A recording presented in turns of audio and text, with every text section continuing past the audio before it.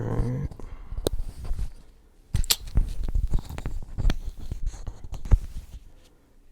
I'm just gonna roll with this.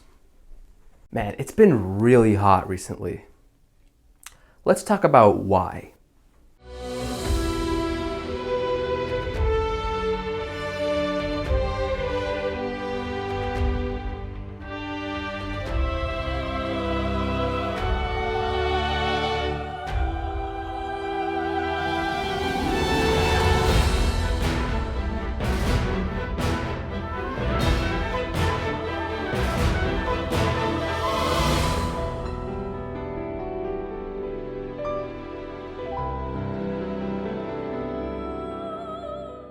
And before I start, yes, I changed the intro. It's not like season 2 or anything. I just really liked Breath of the Wild music because I've been playing it for the last few months. Breath of the Wild, Tears of the Kingdom. So I changed the intro. If you didn't read the title of the video or even the title card that came just before this, I'm going to be talking about El Niño today. But what is El Niño? El Niño is part of a pair of weather phenomena that are caused by trade winds in the Pacific Ocean. If none of that made sense, don't worry, I'm about to explain it.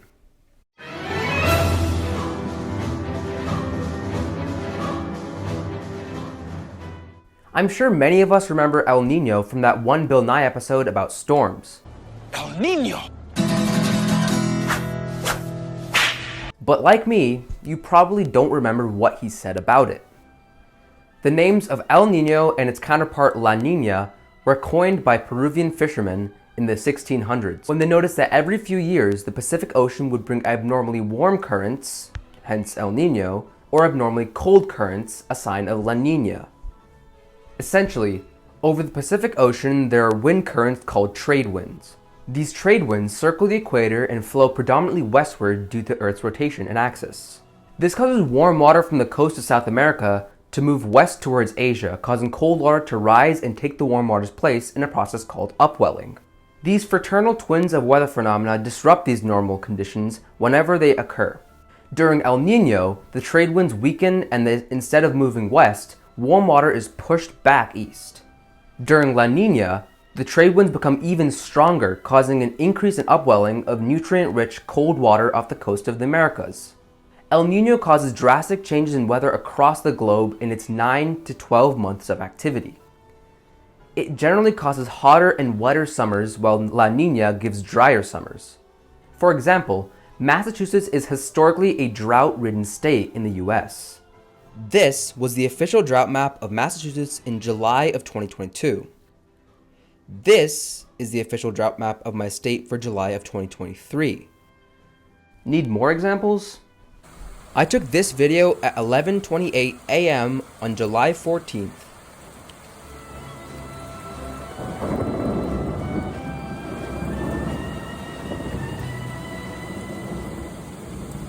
The forecast is full of rain when normally it would be sunny pretty much all summer.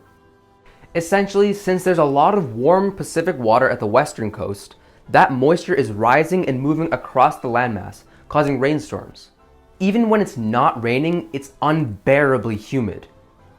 However, El Niño doesn't just affect the Americas.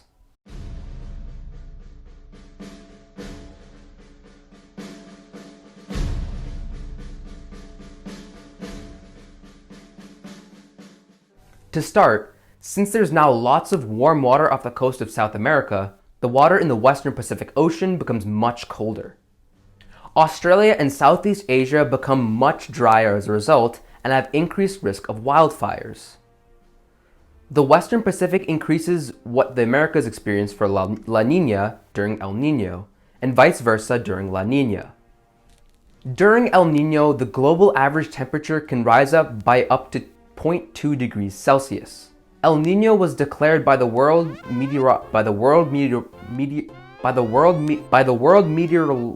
El Niño was officially declared to have arrived by the World Meteorological Organization on June 6, 2023.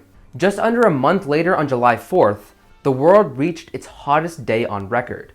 That record was then broken the next day and again on the 7th. On the 4th of July, temperatures in Mexico and China surpassed 40 degrees Celsius. Spain reached 44 degrees Celsius, and parts of Iran reached a scorching 50 degrees Celsius. On the 7th, the average global temperature reached 17.23 degrees Celsius. Keep in mind that that includes the poles.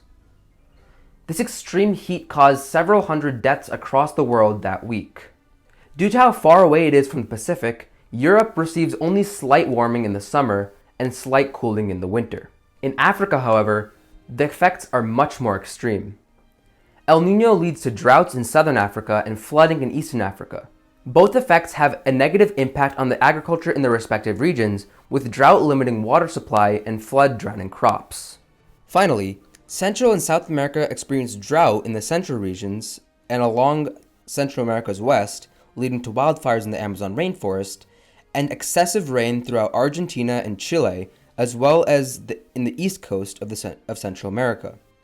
You know things are goofed up when the world's largest rainforest gets hardly any rain at all, and the country home to the driest desert in the world gets lots of it.